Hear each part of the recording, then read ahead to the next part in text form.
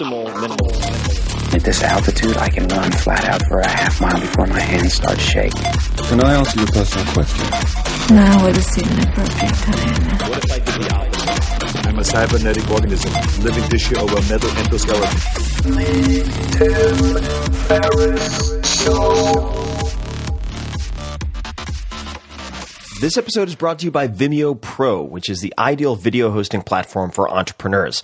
And in fact, a bunch of my startups already use Vimeo Pro, including Wealthfront, who uses it to explain how Wealthfront works. TaskRabbit uses it to tell their company's story. And there are many other names you would recognize among their customers, Airbnb, Etsy, etc. Why do they use it? Well, Vimeo Pro provides enterprise-level video hosting for a fraction of the usual cost. Features include gorgeous high-quality playback with no ads, up to 20 gigabytes of video storage every week, unlimited plays and views, and a fully customizable video player, which can include your logo, custom outro, etc. You also get VIP support. And you get all of this for just $199 per year. That's $17 a month, with no complicated bandwidth calculations or hidden fees. And you can try it risk-free for 30 days. So check it out, vimeo.com/business. That's vimeo.com/business. And use promo code TIM to get 25% off. That's a special discount just for you guys. So check it out, vimeo.com/business, promo code TIM.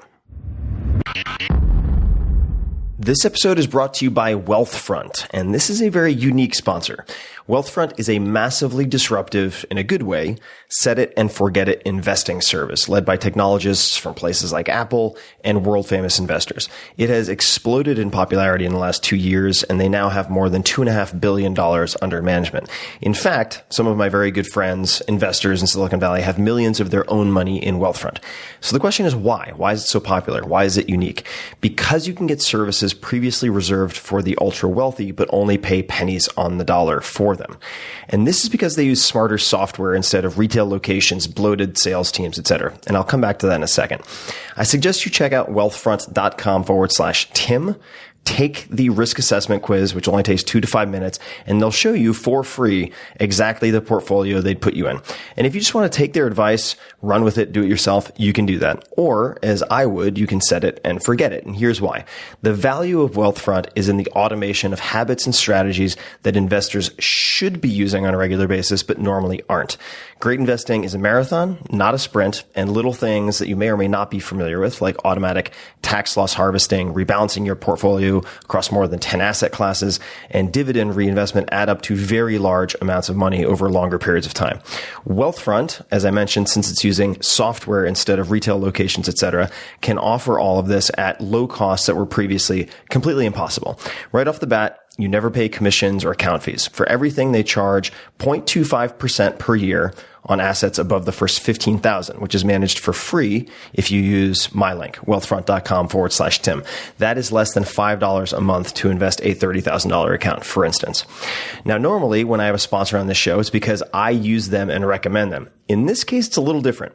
I don't use Wealthfront yet because I'm not allowed to. Here's the deal. They wanted to sponsor this podcast, but because of SEC regulations, companies that invest your money are not allowed to use client testimonials. So I couldn't be a user and have them on the podcast.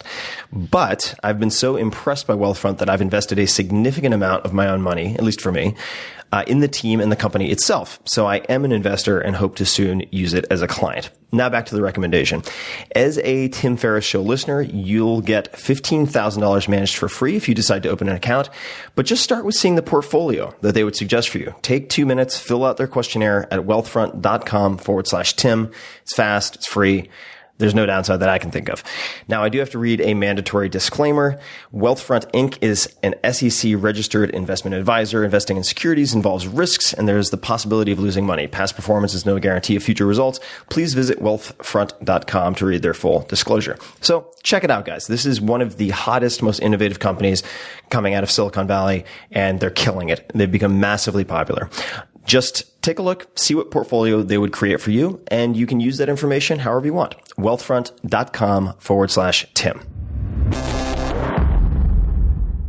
Hello, my friends, you muscular little Oompa Loompas. Welcome to another episode of The Tim Ferriss Show. My name is Tim Ferriss, and my job is to deconstruct world-class performers, people who are the best at what they do, and to tease out the habits, routines, findings that you can apply to your own life, whether they are people like Arnold Schwarzenegger, chess prodigies like Josh Waitzkin, directors like Jon Favreau or Robert Rodriguez, and hedge fund managers, military strategists, everyone in between. Today we have a researcher, Dr. Brené Brown, and you can say hi to her on Twitter, at Brené Brown, is a research professor at the University of Houston Graduate School of Social Work, and her 2010 TEDx talk, The Power of Vulnerability, has more than 20 million views. It is one of the top 5 most viewed TED Talks in the world, which is very hard to pull off. She has other talks with millions and millions of views. So once you're lucky, twice you're good. She is very good.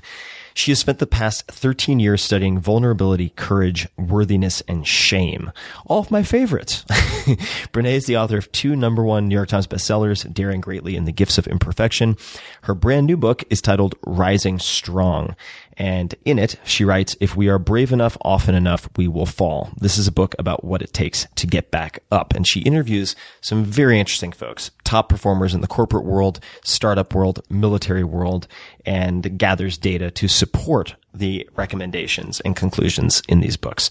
So I have a copy of Rising Strong and encourage you to check it out. She's also the founder and CEO for The Daring Way, which is an organization that brings her work to organizations, schools, communities, and families. And without further ado, I want to let you enjoy this wide-ranging conversation that touches on some sensitive topics, you might say, with Dr. Brené Brown. Brené, welcome to the show. Thank you. I'm excited to talk to you. And my fans are excited to hear all of your wisdom and dig into your research. And I suppose we could start with some context for those people who are not familiar with your work. When you are asked the question, "What do you do?" how do you answer that? I actually have 2 answers. One if I want to keep talking, and one if I don't. So if I don't want to keep talking, I usually will just say I'm a shame researcher, and that scares people. And then they usually go on. They usually say, so what do you think about the Texans this season or something? And then if I'm in a normal conversation, I'll say that I study vulnerability and courage, shame and worthiness. And that's kind of terrible, isn't it, that I do that? I don't think it's terrible. I think that you can do kind of a reverse George Costanza when you don't want to talk to someone if you're trapped on a plane or something. So instead of saying, picking the most interesting thing to get them to admire you and say you're an architect, you can be like, oh yes, no, you could bring up something extremely awkward, right? Like, I research, off-color sex trafficking or something. And then depending on who you're sitting next to, I suppose it could be a good character check, right? It's a total character check, because if they launch in after they hear I study shame, then that kind of bites me on the ass a little bit, but it works pretty well. You're not following the script, pal. You're off script. Yeah, right. So speaking of script, and I am not the only one who's been impressed with your presenting ability, but it seems like one of the ways that you really hit the mainstream map was through TED. And specifically, I guess it would have been the Power of Vulnerability, although that has more than 21 million views now, and some of your other presentations have more than 5 million views. So certainly, once you're lucky, twice you're good. You are good at this. Could you give people an overview of the components that make a hit speech or TED Talk? Because you're clearly good at it. It's not a one-hit wonder. How did the Power of Vulnerability come to be? How did you decide on the content and rehearse it and so on? Just the genesis story, I think, would be very interesting. Yeah, I'd love to share it because it's been a huge learning for me. So the TEDx talk was kind of a combination of an accident and an experiment. The curators of TEDx Houston asked me to open their first event. And they called and they were really excited. And I said, sure, I'd love to. I was really excited. And they Javier Fadul is the curator. And I said, what do you want me to talk about? And, when you study things like shame and vulnerability, people can get very prescriptive about what they want you to say and what they don't want you to say. It really has no bearing actually on what I do say, but they like to think in the beginning that they're going to control some of that. And so I said, do you have any thoughts? And his answer was, be awesome, have fun. And the day before which is, you would think it's liberating, but it's also kind of terrifying. Right. And so, the blessing and the curse of no constraints. Exactly. And so I was on a flight home the night before, a long flight with my husband and kids. And I looked at Steve and I was like, I think I'm going to experiment tomorrow. And my husband looked at me and he said, that sounds like a terrible idea. And I said, yeah. And I said, no, I think I'm going to actually be really vulnerable while I'm talking about vulnerability. And he said, again, not sure that's a great idea. So I went to the TED event and I experimented. I really kind of put myself out there. I talked about my own breakdown, spiritual awakening. I talked about having to go to therapy and how much I really hated that. And I kind of thought it was bullshit, but I had to do it. And I really put myself out there. And I remember driving home and thinking, I will never do that again. I mean, I literally had what I thought was one of the worst vulnerability hangovers of my career. And I was so grateful. I have to tell you, I was so grateful that there were only 500 people there and that it was recorded at University of Houston, where I've taught for 20 years. So most people kind of are like, oh yeah, that's Brene. I don't have any memory of that being recorded. And I'm pretty sure maybe the universe just aligned and thought, let's not let her know that this is being recorded. So when it came out on the TEDx, on the TEDx site, I was pretty mortified. And Steve's like, no one's going to watch it. Don't worry. And then several months later, Chris Anderson called and said, hey, we don't usually put the TEDx talks up, but we love your talk and we want to put it up. And I think the conversation went like this, which is an interesting form of leadership. I think I said, no, I'm flattered, but no, thank you. And he said, I think December 23rd will be great. And then that was that. And so it went up on December 23rd. And again, Steve was like, don't worry, Brene. I don't think that people are not going to see it. And it went like 1, 2, 1 million, 1 million, 1, 3 million. And I was like, oh. And so if I look back, so my takeaway from that experience was this. If I'm not a little bit nauseous when I'm done, I probably did not show up like I should have shown up. That's great. That echoes advice from, I believe it's Neil Gaiman in the commencement speech, Make Good Art, where he talked about, when you feel like you're walking down the street naked and extremely uncomfortable, maybe you're starting to get it right. I'm paraphrasing, of course, but that's a really good point. How did you, your delivery was so spot on. How did you rehearse? Or did you? Maybe you're just, maybe that is a language that you're naturally fluent in, presentation that is, but, how did you prep for it? I don't rehearse at all. In fact, rehearsing is really, so when I rehearse in the traditional way we think about rehearsing, it's about what I'm going to say and when I'm going to say it and how I'm going to say it. And so if I do that, what ends up happening, and I've tried it a couple of times, I get so like prefrontal cortex, I get so wrapped up in, oh, wasn't I supposed to pause here? And wasn't I supposed to do this there? That I'm not connecting. And so for me, it is use images as the arc, understand what every image means to me and what I want to wrap around that image, and then require that the house lights are on so I can see people's faces. That's a good rule. That's a really good rule. Yeah. So that thing where they're, and I rarely allow any of my presentations to be videotaped. Very, very rarely, because one, if they're taping you, you have to be super hot under the lights. And the audience has to be dark. And then it's performance, not connection for me. And then secondly, I don't feel like it's anyone's business what happens between me and an audience at any given moment. Mm-hmm. I mean, I just really feel like that's a moment. Yeah, and I think that comes.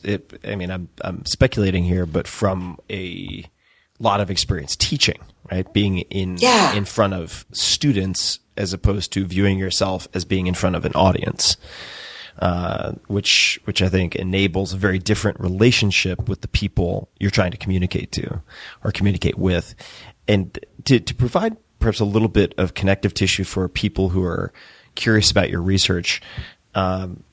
You mentioned vulnerability, you mentioned shame. How should we define these terms just for the purposes of this conversation? And so people can understand, and how did you research them? I think the best place to start when we're talking about kind of what words mean, at least the way I use them in my work, is to really start with vulnerability. Because I think if you can get your head and heart wrapped around vulnerability, the others make a lot more sense. So to me, I don't know how you were raised and how the listeners were raised, but I was raised to believe that vulnerability is weakness. That you wake up in the morning, you armor up, you go out into the day, you kick some ass, you don't let people see your emotions, you mitigate uncertainty and risk as much as you can, and that's the way you live. And so from the very earliest stages of my research, 13 years ago, that is not how vulnerability emerged in the data. Vulnerability emerged as not weakness, but probably our best measure of courage. So when we asked people, what is vulnerability? They would say things like, it's the first date after my divorce. It's trying to get pregnant after my second miscarriage. It's sitting with my wife who has stage 4 breast cancer and making plans for our 3-year-old and 5-year-old. It's starting my own business. It's taking my business public. It's getting fired. It's firing someone. It's getting promoted. It's missing the promotion. And so it became very clear to me early on that the simplest definition for vulnerability is really uncertainty, risk, and emotional exposure. Vulnerability is about the willingness to show up and be seen when you have zero control over the outcome. And I think if you ask people to close their eyes and think about the last time they saw someone doing something truly brave, it is very easy to see how vulnerability underpins all acts of courage. Sure. And I just think it's about putting yourself out there, and which is increasingly difficult to do in this very hypercritical, unforgiving kind of media culture. And so vulnerability is showing up and being seen. Courage to me, I love the word courage because the root of the word is cur, and the Latin for cur is heart. And when courage first came into the English language, the original definition was to tell the story of who you are with your whole heart. That was an act of courage. So to me, courage is really about choosing what's right over what's easy, practicing your values, not just professing them, and choosing to be brave over being comfortable. And these, I love this type of contextual kind of prelude. It's not a prelude, but it's defining, because I think it's so important for any important conversation, and certainly I think for most conversations, to make sure that the people in the conversation are talking about the same thing. Right? Yeah, it's the key to everything, right? Right. And that starts with defining very, very, and I've noticed, for instance, even in my own relationships, something as seemingly clear as honesty. I want you to be honest, say in intimate relationships, are actually can have no pun or no allusion intended, but 50 shades of gray, right? I mean, there are. It right. can mean something very different. Is omission a lie, or are we talking about a misrepresentation of truth, right? And it's really critical. And I like your description because courage. I remember thinking when you were walking us through this, Cus D'Amato, who was Mike Tyson's primary trainer, who brought him to the pinnacle of his success, would tell Mike, who was terrified before going into the ring, in the dressing room and so on, that the hero and the coward feel the same thing. It's how the hero responds that makes him different. And you can't be courageous unless you are exposing yourself to a perceived risk, which by definition makes you vulnerable, even if you're thinking about it in a very literal kind of physical sense. So I'd love to segue to shame, because I was reading one of your alumni publications. And you can correct this certainly if it's not accurate, but a quote of yours came up that I thought was really insightful and worth exploring a bit. And it said, "Shame hates to have words wrapped around it. If we talk about it, it loses its grip on us." And I was hoping maybe you could elaborate on that and help us to then understand shame. Yeah, and I think that quote is so powerful because it's so true. Like when I talk about shame, I often like to personify it and say, shame is a very formidable foe. Shame is this intensely painful belief or experience that something is wrong with us, that we are flawed, and that we are unworthy of love and belonging. And we all know it. Everyone knows that warm wash that comes over you that makes you feel like you're not enough.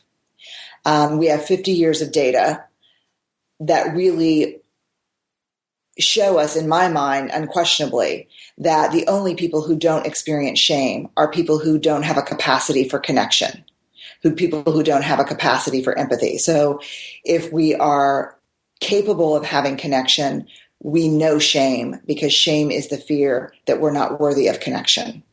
And so the thing about shame that makes it so difficult is it needs three things to thrive in our lives. If you take a petri dish and you put shame in a petri dish and you douse it with secrecy, silence, and judgment, it grows exponentially. It will grow into every corner and crevice of our lives. If you have the same amount of shame in a petri dish and you douse it with empathy, shame can't survive empathy. Empathy is a very hostile environment for shame. And so to understand shame, I think what resonates mostly with people are the two kind of tapes that shame drives. The first is you're not enough, and you can fill in the blank. You're not thin enough, pretty enough, strong enough, powerful enough, rich enough, promoted enough, loved enough, awesome enough, you're not enough. And then if we can somehow get a handle on that and say, okay, I've got, I have this big presentation and you've got this shame gremlin in your ear saying, you're not enough. You're not smart enough. There are going to be like 100 MBAs in that room. What do you know about business? You're not enough. If you can wrestle that thing down, the other tape that shame drives is, who do you think you are? So it creates this amazing vice that our self-worth gets caught in, and just squeezes us from both sides. And so shame is really visceral. I mean, if you just say the word to people, people can feel it. No, definitely. And you mentioned, fear of disconnection. I mean, I wrote down when I was doing some research before this call, being shunned, ? And I'd love to ask you, because a question that came from some of my listeners was, what is the evolutionary need of shame, or why did that develop in human beings? And it seems to me like shame can serve a useful purpose, right? If you are ashamed of the fact that you think about molesting a child, that serves a societal function, right? So I would argue no. You would argue no. I would argue no, absolutely not. Okay. All right. Well, I'd love for you to expand on that, because That's an interesting viewpoint. So could you expand on that? So shame, I think, if you look at shame from an evolutionary biological perspective, I think it did absolutely serve a function. So, Tim, you lead the dinosaur back to the cave. It eats my entire family and my whole clan. This is the second time you've done that. So we are literally going to shun you from our collective, which means you'll be alone, which means death, right? Mm-hmm. And so, because you're dangerous, just not unlike if we see even in the animal world today, some pack animals, if there's a sick animal among them, will literally, approach it as a group and back it off a cliff for the sake of the pack, right? So that makes sense.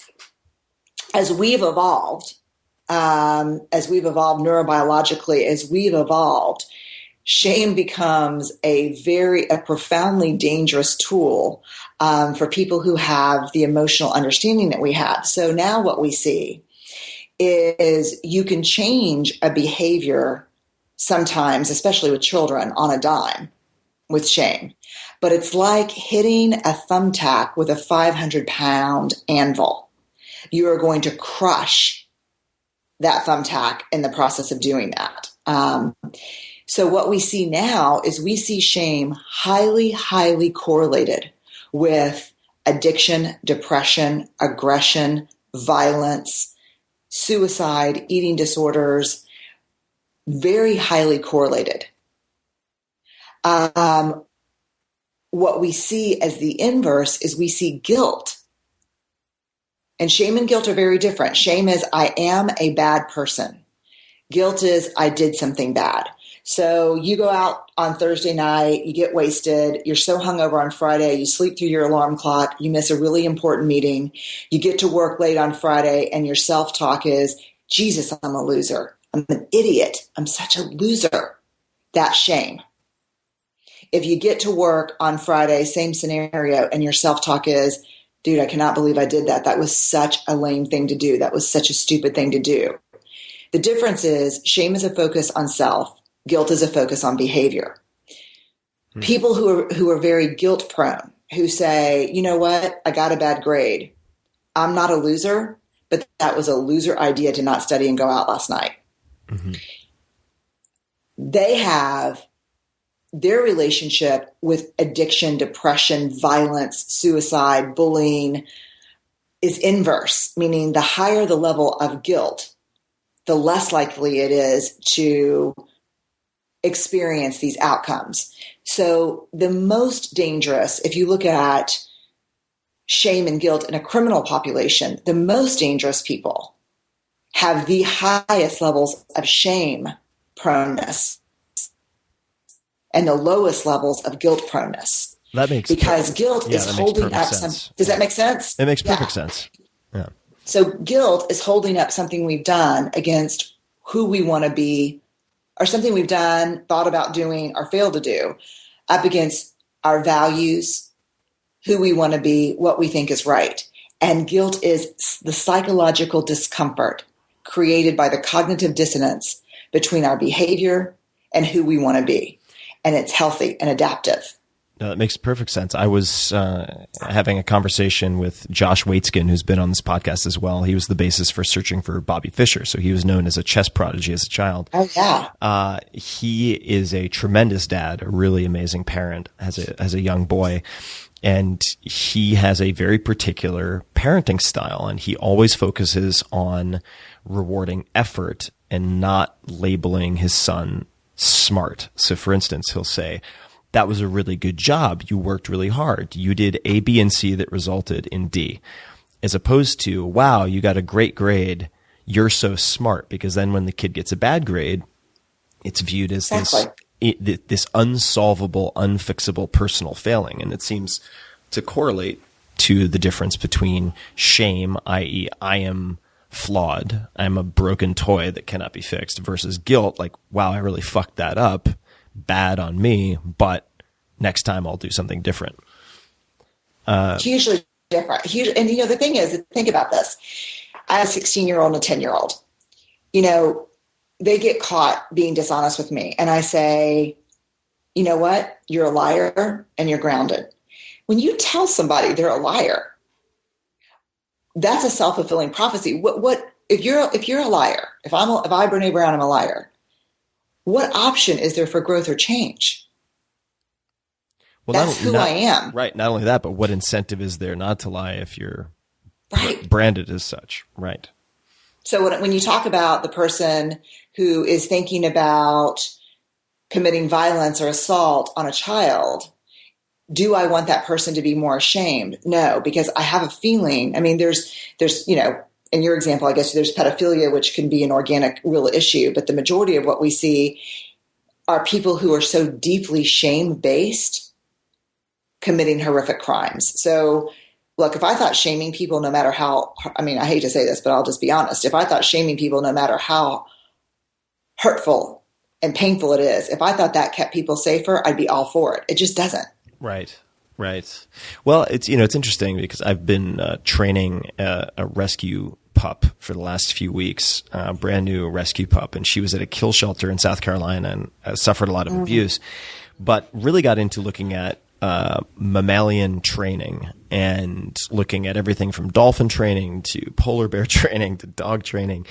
And the fact of the matter is, negative reinforcement or punishment-based training doesn't work that well, or at least at the very best, it's very slow compared to a lot of the positive reinforcement-based training, whether it's using, clickers for conditioning and so on, because you can only reinforce a behavior that has occurred, right? And when I think that the shame just seems to tie to me in an interesting way to not understanding what is malleable and what is not. And I'd love to come back to the I am enough, because in your book, one of your several books, but The Gift of Imperfection, one of the best book titles of all time, by the way. So well done on that. Thank you.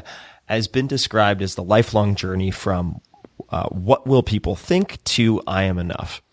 Now, what I'm so curious to hear about, and then I'll leap forward to Daring Greatly, and I'll just read this quote from which I believe that the title was adapted. So this is Theodore Roosevelt. There's not the critic who counts, not the man who points out how the strong man stumbles, or where the doer of deeds could have done them better. The credit belongs to the man who is actually in the arena, whose face is marred by dust and sweat and blood, who strives valiantly, who at the best knows in the end of the triumph of high achievement, and who at worst, if he fails, at least fails while daring greatly.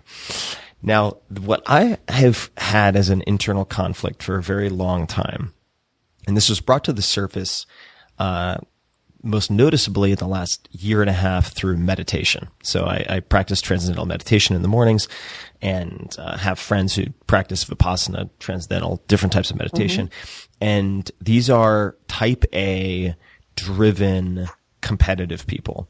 And I've had the conversation repeatedly, the same conversation with different people about whether that removes a competitive edge. And the reason being that you decide, I am enough, you're content, therefore you do not have discontent driving you to achieve big things that are, for most of us, pretty high on Maslow's hierarchy of needs, right? It's like we have shelter, we have food. So in reality, like in almost every capacity, we have enough, we are enough. So how do you balance the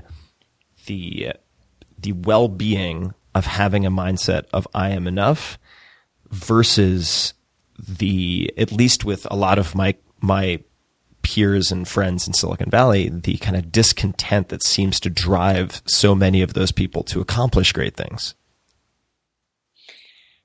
So I would go back to your really important insight from the beginning of our conversation about defining terms. And I'd also go back to kind of the insights that you're learning from doing your training with your rescue pup, which is, to me, I am enough. I mean, I'm a competitive type A person too, which probably doesn't come as a surprise. The oldest of four, very ambitious, and, I'm I'm that person too, in many ways. I think the soul or the center of my ability to keep putting myself out there and trying new things, even when I fail, and I have had some big failures, I think the soul of my healthy competitiveness and my ambition is the belief that I am enough. Because I'm starting, and I think when I don't believe I'm enough, I engage in behaviors not to push myself, not to grow and stretch and learn, not to strive for excellence, but to prove to other people what I can do. But when I start from a place that, you know what, I'm enough. I'm imperfect. I'm afraid. I'm, super vulnerable. But that does not change the fact that I'm also brave and worthy of love and belonging. And when I start from that place, I am completely unleashed. So I think one of the things that's really important to help kind of define here, because I'm not like, on the couch, binge watching TV 5 days a week, writing nasty ass comments on other people's accomplishments on, Twitter and Facebook and saying, look, fuck you, I'm enough. Like, that's not what I'm talking about. Right. I'm talking about a belief of self-worth that I am enough, not based on what I do, what I accomplish, what do I, prove or produce. I am just enough. And if you start from that, that's the healthy center, I think, of most of the most awesome achievements we've seen. And I spent a lot of time in Silicon Valley too. And what I can tell you, and I know, I would bet, I wish we could have a bet right now. I would bet you a lot of money that if we listed the names of 10 people, which we're not going to do, you could tell me which of those folks are operating, and 10 competitive, ambitious, just like crazy fighters out there in the arena. And we listed 10 names. You could tell me the 5 who are motivated from a place of being enough, but wanting to strive for excellence and learning. And the 5 who are trying to fill a hole in their self-worth and who are dangerous. Yeah, no, for sure. And I guess in my mind, when I think, I'm just imagining this list of 10 people in my head, when I imagine the people who fall into the less self-destructive category, who are operating from a place of I am enough, I guess I would, in their cases, say that if I could hear their sort of subconscious internal mantra, it would in my mind, it would seem to be, and maybe this is the same thing, but closer to I'm good, or I'm really good, but I can be better. Not I am flawed. I need to impress everyone around me to make them validate me. Mm-hmm. But I guess I'm just struggling with the word enough, but I understand the point of it. And I think this is something that I struggle with, right? I mean, I'm very hard on myself. I mean, I have always sort of been of the mindset that, second place is first loser, and extremely competitive. And that has not always been the healthiest thing for me in all sorts of different capacities. But I don't. Let's sort of tackle this from a slightly different angle. So the daring greatly. The question that I think is raised in that book, among others, is have you dared greatly today? And please feel free to take this in any direction, because you obviously know more about your work than I do. But what is a good way to evaluate that? And do you ask yourself this type of question on a daily basis? Do you have? I'll leave it at that. I could make this a 12-part question. But how does someone determine if they've dared greatly? And how often would you suggest someone kind of check in and ask themselves that? So I think for me, daring greatly, and that quote from Theodore Roosevelt, I even got teary-eyed while you were reading it. It was a life changer for me. It was right after the TEDx Houston talk had gone viral. I was kind of everywhere on the internet at that time, and everyone from ABC, CBS, NBC, Fox, Huffington Post were all writing about this. Who is this person at the University of Houston with this TED talk going viral? And as you can imagine, all these online stories had online comments that were, of course, like, yeah. And so my husband and my therapist were like, "Don't read the comments." And so I read all the comments one day, and yeah, I sat down and just read them for like an hour. And I think, if you're listening to if you're a listener right now, if you close your eyes and think about,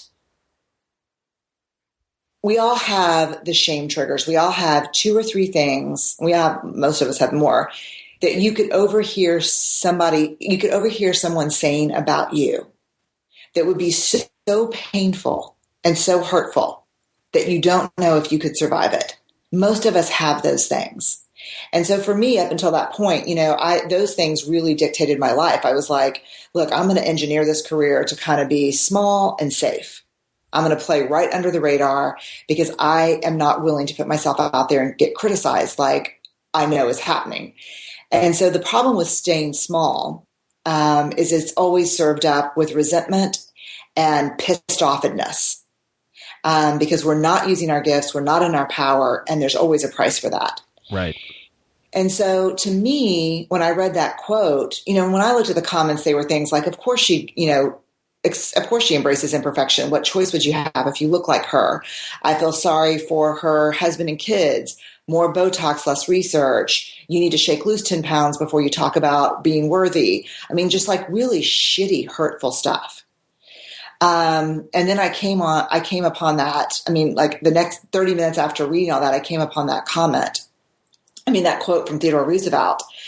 And, in that moment, what I realized is, you know what? I do want to live a brave life. I do want to live in the arena. And if you're going to live in the arena, the only guarantee is you will get your ass kicked.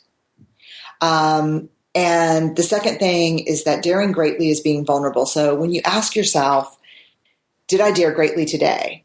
The big question I ask is, when I had the opportunity, did I choose courage over comfort?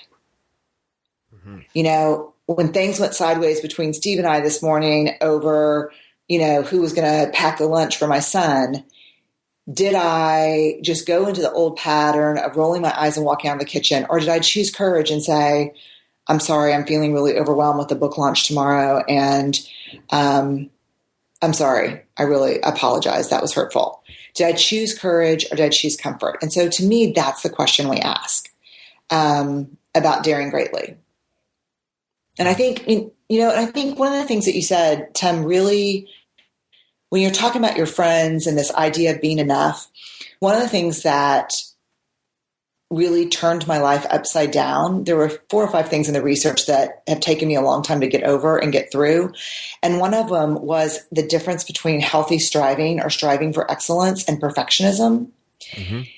And I've always been perfectionistic about my stuff. And what I learned in the research was that perfectionism is very outwardly defined. It's dictated by what will people think. And healthy striving is dictated, or striving for excellence is internally motivated. And so perfectionism is really, I call it the 20-ton shield.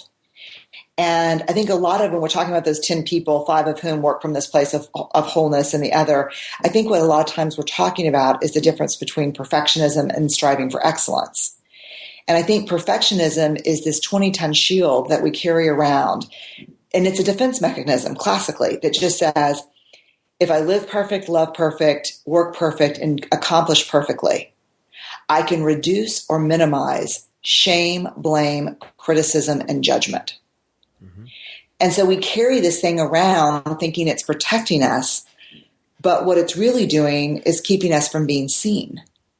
Mm-hmm. And so I think when I ask myself personally, have I dared greatly today? Sometimes for me, it is the question of, was I enough? Or am I trying to get everything perfect so that I can somehow think I'm mitigating criticism and judgment? Right. Well, I also find, and I haven't really thought about it in these terms before, but if you look at, say, I think it's Barry Schwartz, Paradox of Choice, where he talks about maximizers and I think it's satisficers. But if I try to correlate that to my own experience, being, I think, very much a perfectionist, and that of my friends, the people who are perfectionists very often are so future focused that the perfection, once achieved, is viewed as the trigger that will sort of solve their guilt, shame, discontent, etc. Oh, yeah. Whereas the people who are striving for excellence are better at celebrating the little wins, accepting the small defeats, and sometimes the large defeats, and tend to be a bit more present state focused. And you mentioned, vulnerability, and the sort of components, right? So you're facing whether it's uncertainty, risk, and so on. And I've seen it described elsewhere as, stopping, controlling, and predicting. It seems very much akin to certain tenets in, say, Stoic philosophy, of which I read a lot, whether it's Marcus Aurelius or Seneca, et cetera. And there are a lot of common threads in Buddhism, of course, that would talk about how fruitless it is and futile it is to try to eliminate suffering completely, because we are almost by definition experiencers of suffering, right? And coming to terms with that. Which thinkers, philosophers, or schools of thinking or philosophy most resonate with the insights you found in the data in your research? My God, all of the above. It took me from Marcus Aurelius to liberation theology. What is liberation theology?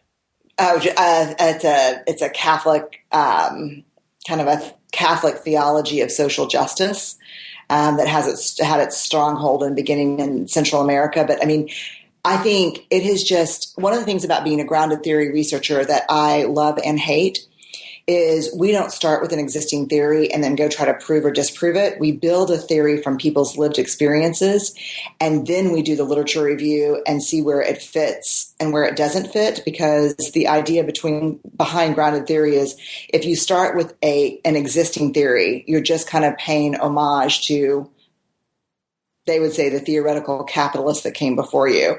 And then it's people's lived experiences that really matter. And so people often comment in my books, they're like, how is it that you're quoting? I do quote Marcus Aurelius, I think, in one of my books. How are you quoting him? And then how are you quoting Pema Chodron, who's an American Buddhist nun? Right. And then you're quoting Disney, Pixar movie from Toy Story. And to me, I have no division and very little tolerance for the highbrow versus lowbrow inspiration. I think if you're paying attention, you can find truth and inspiration anywhere and everywhere. And so to me, I'm all over the place in the literature. And I think the people who really depend on polarity will hate this, but really some very strong common themes across Christianity, Buddhism, Judaism, Islam, Joseph Campbell. I think I end up finding myself in some just profound truths from a lot of, I was reading something yesterday in the data, and it made me pull out my book by Cabran. So I think it's Rumi, Mary Oliver, Neil Peart, the drummer for Rush. Something came up, and I was like, I didn't know if you knew, so I had to put it in there. But I was like, this is when you don't make a choice, when you choose not to decide, you still have made a choice. And I don't know that anyone says it more eloquently than Rush, I don't know what to say. Neil, just as a side note, if people want to see just a beast of a drummer, then you can search on YouTube for some videos of this guy. Oh my goodness, what a just monster on the kit. And a poet, so I find my inspiration kind of everywhere. And let's talk about misinterpretations of vulnerability for a second. And I think maybe I'm probably projecting my own prejudices here, but is it vulnerability? I think there are some people who misinterpret being vulnerable and the benefits derived from being vulnerable with incessant oversharing of emotions or inner dialogue or doubt. What would you say to those? What would you say to those people? Maybe my diagnosis is off base, but there are a lot of people who just kind of pour out every concern, worry, fault, mistake, and okay it with the label of vulnerability. So I'd just love to hear your thoughts on that word salad that I just dropped on you.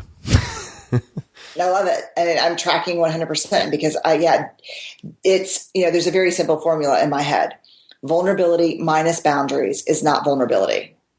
It can be desperation. It can be oversharing. It can be manipulation. It can be a lot of different things, but it's not vulnerability. We always have to hold awareness of boundaries and roles in our minds around vulnerability. We share with people who've earned the right to hear our story, and we stay mindful all the time of the role we're in. So one of the great examples I can give you is I'm with 50 CEOs from Silicon Valley, and we've spent a long weekend together. And toward the end of maybe the first day, one of them says, I came here thinking that I would never, believe in vulnerability or accept it, but I am 100% on board. So I want to make sure I understand that I should stand up in front of, my investors, my VCs, and say, look, I am in over my head. We are bleeding money and I do not know what to do next. Right. And I said, only if you don't want another round of funding should you do that. I mean, no, that's that's not appropriate. But let me ask you this. If you had, I don't know, $50,000 invested with this leader, wouldn't you be praying to God that he's sitting across from someone saying that? Sure. Definitely. 100%. Right. I don't care if whether it's his therapist, a mentor, an advisor, because what the alternative is, if he's really drowning in over his head and bleeding money and doesn't know what he's doing, is to just keep grinding harder and harder on the same things he's doing and not ask for help. Right. Totally agreed. And so when people say, live tweeting your bikini wax, that is not vulnerability. I'm sorry about that. It was only once.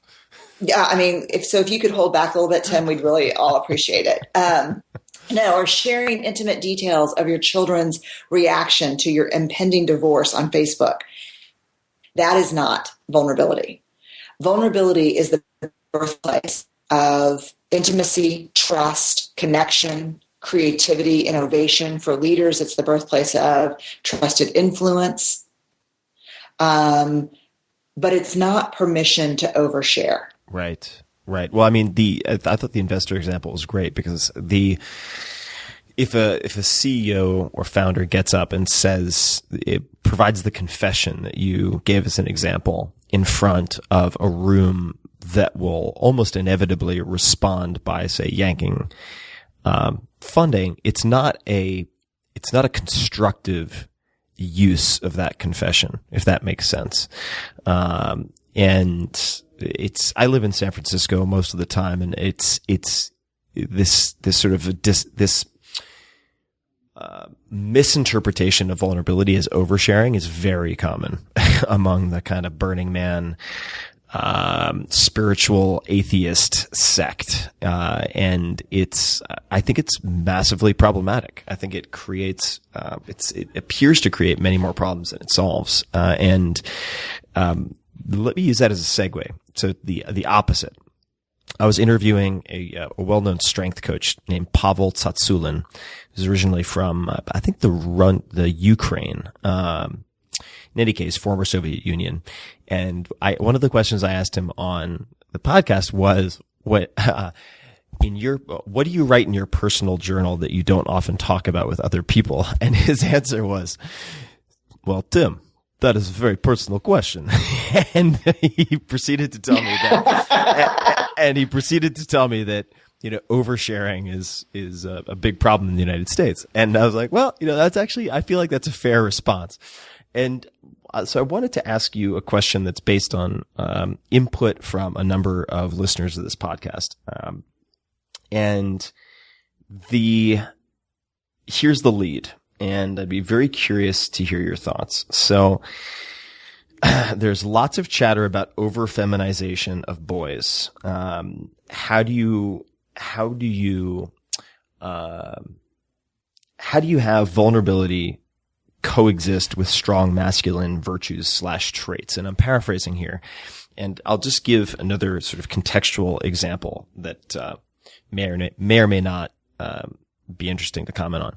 So there's an expression in some military training that is suffer in silence. And the idea is, if you're going through Hell Week for the Navy SEALs or something like that, and you're carrying logs around and laying down in the freezing cold water, climbing under barbed wire, doing all these just nausea and fear inducing things, if you complain, like, my foot hurts, this, that, and the other thing, it will trigger more suffering in the people around you. Which I happen to agree with in that context. So that's a lot at once, but what is your thinking on the so-called sort of over-feminization of boys and masculine virtues / traits versus vulnerability? I mean, how do they coexist? And maybe that's not even the right question. It's a really good question. And I work a lot with special forces, and with the military and with vets. Yeah.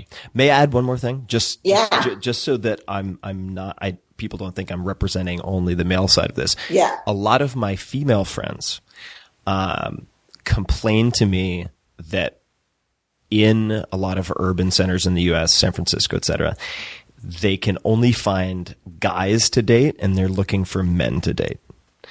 So it's not just, this is a concern, not just from the male side. It seems to be coming from both sides. So sorry to interrupt, but I just wanted to throw that. No, I think it's really important. So I have so much to say on it that I'm overwhelmed. I don't even know where to start. So I'm going to just I'm just like busting a gut over here. Okay. So these binaries of, tough and tender, masculine, feminine,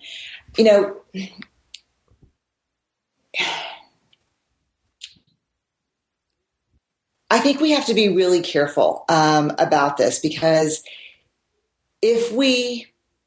when we start to talk about let's just talk about it in the context of my work. You got me really wrong. I'm like, okay. If you talk about vulnerability, and vulnerability to me is courage. And so when I hear women talk about their inability to be with a vulnerable man, it makes tons of sense to me, because, I wish I could say, that the number one perpetrator of shame with men were all those, shitty dads and terrible coaches and those buddies. But the number one perpetrator of shame with men is women. And so I often say, show me a woman who can sit with a man in real fear and vulnerability. I will show you a woman who's done her own work around vulnerability and doesn't derive her power or status from that man. You show me a man who can sit with a woman who's in real fear and vulnerability. And I'll show you a man who's done his own work around vulnerability and doesn't derive his power from being Oz, the all-knowing and all-fixing. Because what men have a tendency to do when we're feeling vulnerable or afraid is try to fix it because it's how we're socialized. And so I don't think when you talk about how we're raising boys today, here's what I can tell you from 150,000 pieces of data, looking back from what I've learned from men. The men who were raised to be open and feeling and tender and loving and given no skills and no information on how to navigate boy culture and male culture do not do well. Right. The boys who were raised on how to navigate male culture, king of the hill, and had no tools on how to be open and vulnerable and emotionally available, do worse, but they also don't do well. So it's about, we need to stop with these false separations between tough and tender. You know, tough and tender can coexist. And to me, that's kind of the equation for badassery. And it can also exist in women, like, you know, grit and grace, tough and tender, afraid and brave. You know, this idea that we're either courageous or we're chicken shit is just not true, because most of us are afraid and brave at the exact same moment all day long. And so to take courage and vulnerability, to not teach that to our kids, boys or girls, is not teaching them how to be emotionally available or tender either. Right. And so I think what concerns me is about the need to drive a stake through the middle of these things. And I think that's what's really important. I mean, to be both. Yeah, no, I agree with you. I mean, I think that they're not mutually exclusive. There's no need for a false dichotomy. It's, I think a lot of it comes back to sort of choosing the appropriate environment for expressing that vulnerability, if that makes sense. It's a toughie. It seems tough. I mean, because you find men who have the armor plating on and can never take it off. That for what it's worth, the guys I've met who are operating at the highest level in, say, special forces do not have that problem. They tend not to suffer from a lot of PTSD, for instance, and they are very empathetic and emotionally attuned, for them, at least in the subset of folks that I've met.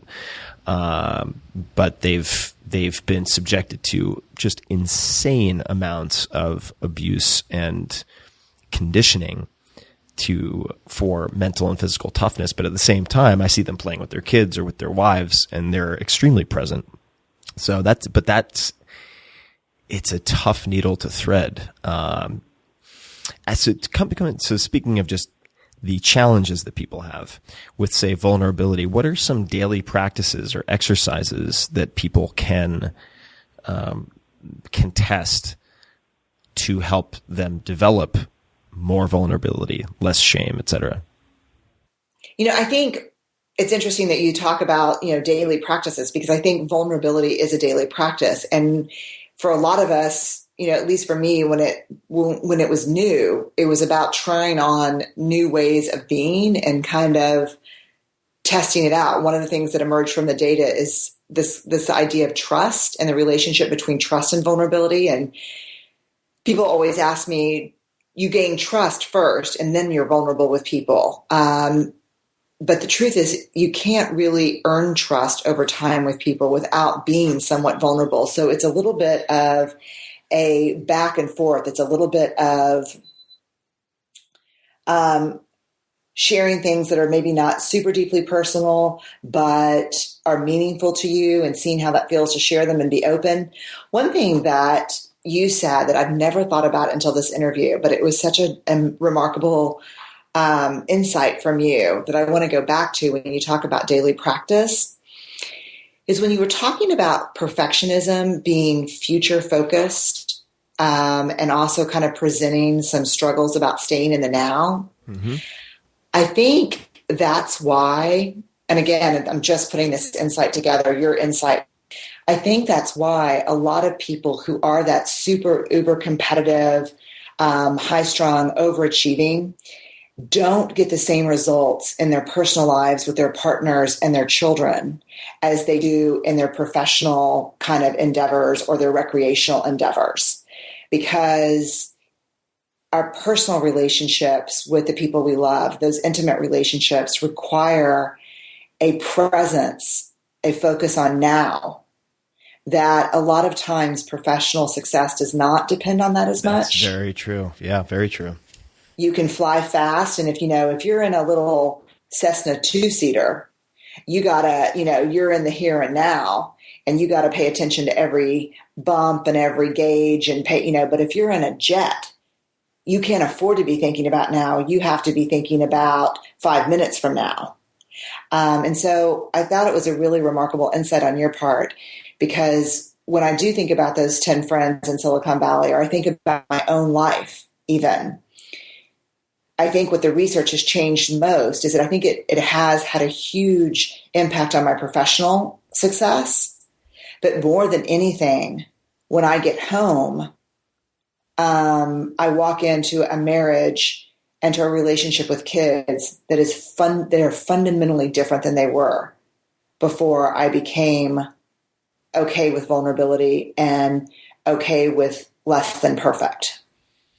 What is the first 60 to 90 days of 60 to 90 minutes of your day look like? Your morning routines or rituals outside of book launch times and things like that. Let's just assume that you have control of your optimal day. What is the first? What do your morning rituals look like? What does your first 60 to 90 minutes look like? I wake up. What time do you wake up? 6:30-ish. Mm-hmm. I wake up. I do a lot of deep breathing to stave off an absolute desperate need for a hit of data from my phone or from my computer. So I try very hard not to check email or texts, because I sleep with my phone downstairs. I don't sleep with any kind of computer next to me. Mm-hmm. And then, it's really super normal. I wake up kids, I make breakfast, I pack lunches, I go through the calendar with the day, I zip up backpacks, I drive carpool. I usually go from carpool to swim. I'm a swimmer, ex-competitive swimmer, so I like to swim. And I swim and walk.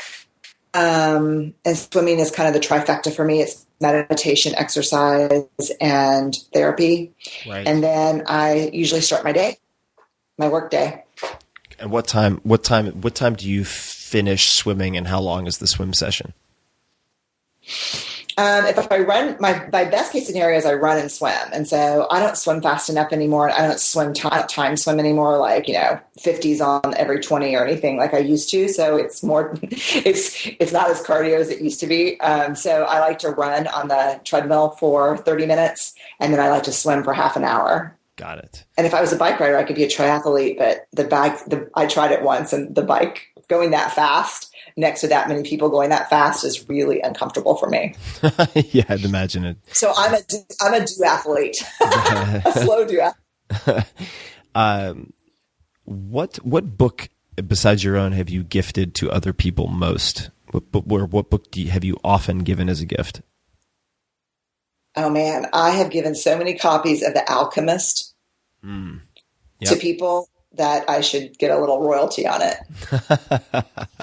Yeah, it's a great book. That's a great book. Speaking of books, so you have a new book out, Rising Strong, and it seems to me like this completes a trilogy in a sense. It seems like the three books go together very well, but could you give people a description of the latest book and why you wrote it?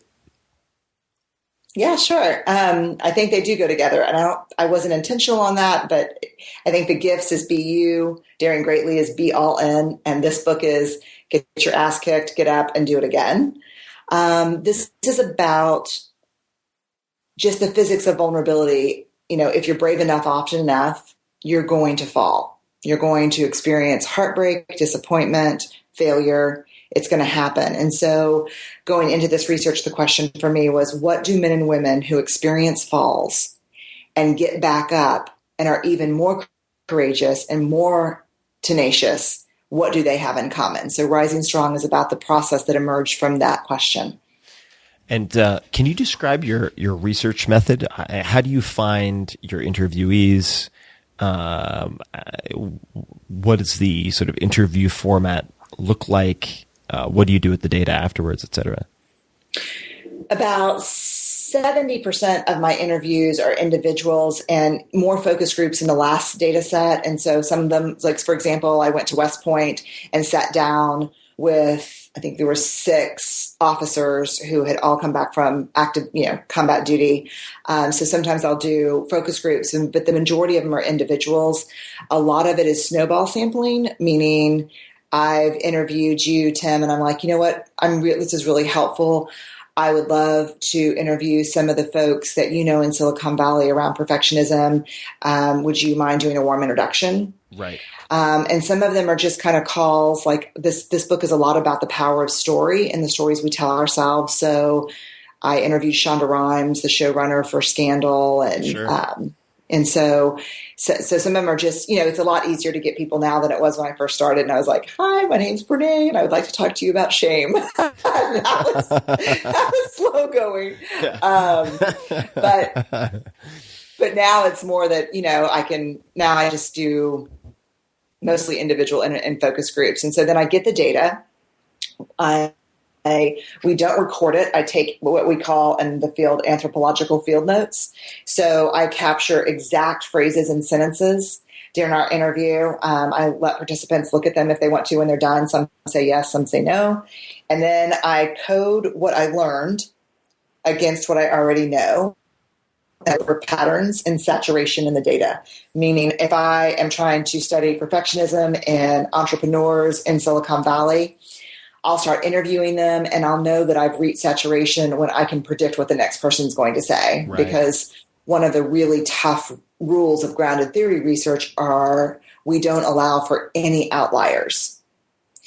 And so if I'm almost done and then I sit down with you and you say something and doesn't fit with the theory that I'm developing in my head about what's happening, then I have to go back to the drawing board and keep interviewing because every lived experience is real and matters. Right. So it would be like interviewing 100 people in Silicon Valley who are saying they're trying to democratize pizza ordering, democratize kitty litter delivery, democratize this. And then someone said, I'm really looking to establish a silo of command and control like a North Korean dictator for X. And you'd be like, oh, all right, well, then I have to keep going. Yes. So if that happened, then I have to question what I'm hearing. I have to question what I'm hearing from the kitty litter and the other folks. Right. And I have to figure out what do y'all meaningfully say and have in common. And it seems to me, Rising Strong it's a must-have, not a nice-to-have, right? And I'm not saying that the be yourself, dare greatly are nice-to-haves, but if you don't have the resilience to recover from mistakes, you're never going to dare greatly in the first place. In some respect, it would seem, right? So would you recommend, what order would you recommend people read your books in? I mean, understanding that this is the latest, of course, but what's sort of the ideal sequence? I think, they go together, but they don't. I mean, I think they can each be read independently. So I think sometimes it's helpful to pick up the book based on where you are. If you're really struggling with hustling for perfection and hustling, proving and perfecting and pretending, I think The Gifts is great. If you really are, like the rest of us, sick and tired of being afraid and you want to be brave and you want to feel like, what does that look like? I think Daring Greatly is this place to start. And if you find yourself face down in the arena and you're thinking, God, I just got my ass handed to me, I think Rising Strong would be a good place to start.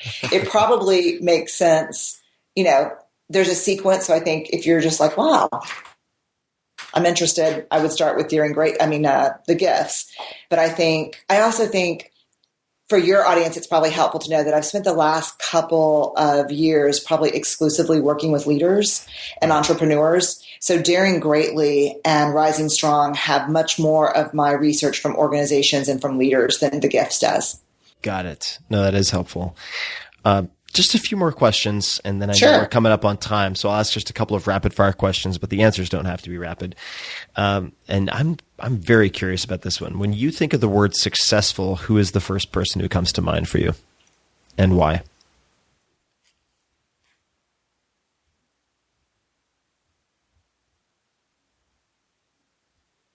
You know what's so weird? I don't picture anybody. I picture the word redefine. That has been such a dangerous word in my research. The word successful or success. I agree. That I don't even use it anymore, because what does that mean? Like, okay, so I am the CEO of this company. I make a shit ton of money. This is my title. This is the influence and power I have. I'm on my 4th marriage and no relationship with my adult children. Right. So I think when I hear the word successful, my answer is be clear that your ladder is leaning against the right building. Right. Yeah. Bad word. Next question. Yeah. I don't know why. I had a strong response. No, I agree with you. I think happiness is actually similar. Oh God. Yes. That's a scary, nebulous, dangerous term as well. Totally. What $100 or less purchase has most positively impacted your life in recent memory? Triathlon goggles, because I don't know, for some reason they're softer.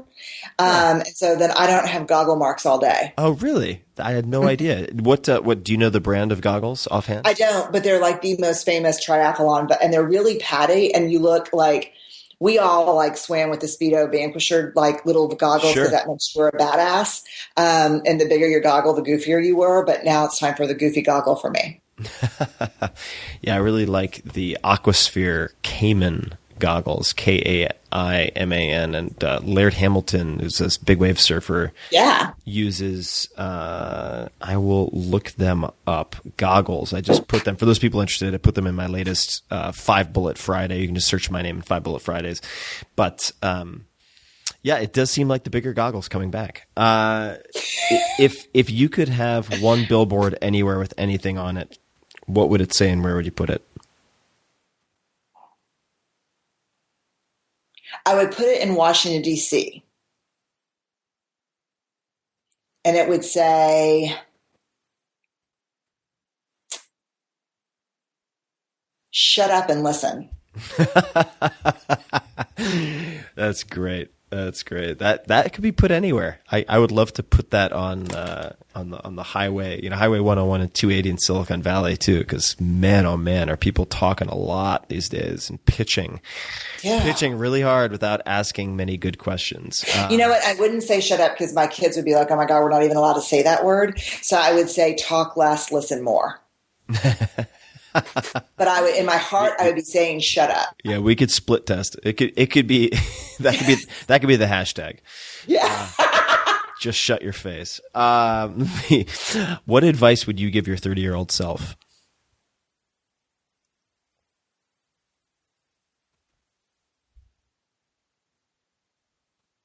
It's okay to be afraid. You don't have to be so scary when you're scared. Huh. Meaning what? Put on airs of confidence and overconfidence? Yes. Like the 30s are so exhausting. It's like the age of, and it is. It's the age of perfecting, proving, pretending. And there's some liberation that for me, that came in my 40s. There was a breakdown, of course, but followed by some liberation that came in my 40s. So I would just say,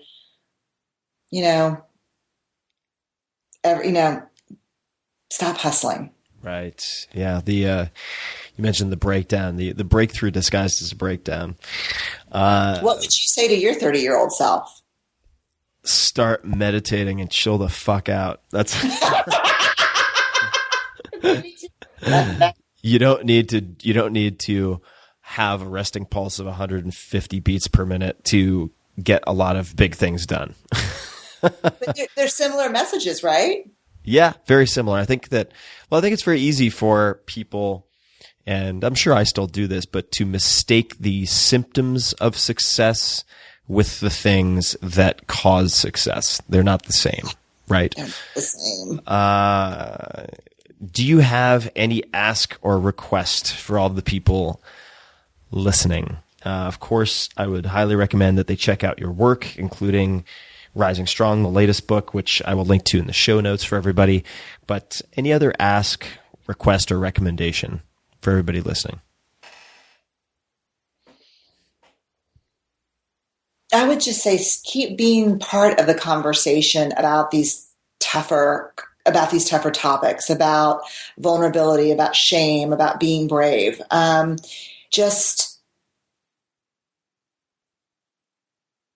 lean into some discomfort, because I think these seemingly impossible problems that we have around race and homophobia and the environment, and just the lack of love sometimes, are not going to be solved in a comfortable way. We've got to, you have to choose comfort or courage. You just can't have both. So I guess my ask would be more of a big metaphysical ask that give vulnerability a shot, and give discomfort its due, because I think there is a really strong relationship between your willingness, he or she who's willing to be the most uncomfortable is not only the bravest, but rises the fastest.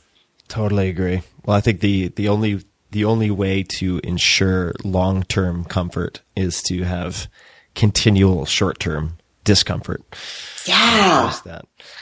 Well, this has been a blast. Brené, where can people say hello to you online? Where can they find out more about you, find you on the social networks? Yeah. I'm at Brené Brown on Twitter and Instagram, and Brené Brown on Facebook. We just launched a new project that we're excited about called Courage Works, which is bringing all of my teachings to online for individuals and leaders and organizations, and that's just courageworks.com. And so I'm in all of those places. Well, I enjoy your work. I appreciate your work. And thank you so much for taking the time. Folks listening, you can find links to everything that we discussed, show notes, etc., at 4hourworkweek.com, and just click on podcast, all spelled out, 4hourworkweek.com. And please say hello to Brené on the interwebs. And join the conversation. I'll also have a question of the day in the blog post so that you guys can continue this conversation as Brené suggested. But Brené, thank you so much for making the time. It was awesome. Thank you so much, Tim. I appreciate it. And everybody listening, as always, thank you for listening. And until next time, Tim needs more caffeine, pura vida, and face your discomfort. Practice discomfort. Thanks for listening. This episode is brought to you by Wealthfront, and this is a very unique sponsor. Wealthfront is a massively disruptive, in a good way, set it and forget it investing service led by technologists from places like Apple and world-famous investors. It has exploded in popularity in the last 2 years, and they now have more than $2.5 billion under management. In fact, some of my very good friends, investors in Silicon Valley, have millions of their own money in Wealthfront. So the question is why? Why is it so popular? Why is it unique? Because you can get services previously reserved for the ultra-wealthy, but only pay pennies on the dollar for them. And this is because they use smarter software instead of retail locations, bloated sales teams, etc. And I'll come back to that in a second. I suggest you check out wealthfront.com/Tim. Take the risk assessment quiz, which only takes 2 to 5 minutes, and they'll show you for free exactly the portfolio they'd put you in. And if you just want to take their advice, run with it, do it yourself, you can do that. Or, as I would, you can set it and forget it. And here's why. The value of Wealthfront is in the automation of habits and strategies that investors should be using on a regular basis, but normally aren't. Great investing is a marathon, not a sprint, and little things that you may or may not be familiar with, like automatic tax loss harvesting, rebalancing your portfolio value across more than 10 asset classes, and dividend reinvestment add up to very large amounts of money over longer periods of time. Wealthfront, as I mentioned, since it's using software instead of retail locations, etc., can offer all of this at low costs that were previously completely impossible. Right off the bat, you never pay commissions or account fees. For everything, they charge 0.25% per year on assets above the first 15,000, which is managed for free if you use my link, wealthfront.com/Tim. That is less than $5 a month to invest a $30,000 account, for instance. Now, normally when I have a sponsor on this show, it's because I use them and recommend them. In this case, it's a little different. I don't use Wealthfront yet because I'm not allowed to. Here's the deal. They wanted to sponsor this podcast, but because of SEC regulations, companies that invest your money are not allowed to use client testimonials. So I couldn't be a user and have them on the podcast. But I've been so impressed by Wealthfront that I've invested a significant amount of my own money, at least for me, in the team and the company itself. So I am an investor and hope to soon use it as a client. Now back to the recommendation.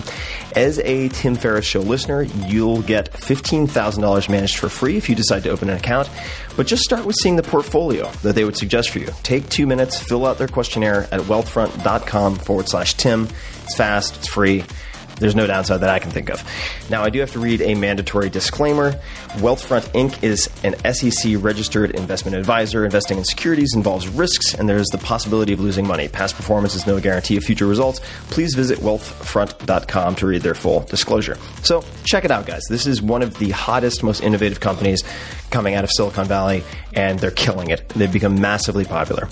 Just take a look, see what portfolio they would create for you, and you can use that information however you want. Wealthfront.com/Tim. This episode is brought to you by Vimeo Pro, which is the ideal video hosting platform for entrepreneurs. And in fact, a bunch of my startups already use Vimeo Pro, including Wealthfront, who uses it to explain how Wealthfront works. TaskRabbit uses it to tell their company story. And there are many other names you would recognize among their customers, Airbnb, Etsy, etc. Why do they use it? Well, Vimeo Pro provides enterprise-level video hosting for a fraction of the usual cost. Features include gorgeous high-quality playback with no ads, up to 20 gigabytes of video storage every week, unlimited plays and views, and a fully customizable video player, which can include your logo, custom outro, etc. You also get VIP support. And you get all of this for just $199 per year. That's $17 a month, with no complicated bandwidth calculations or hidden fees.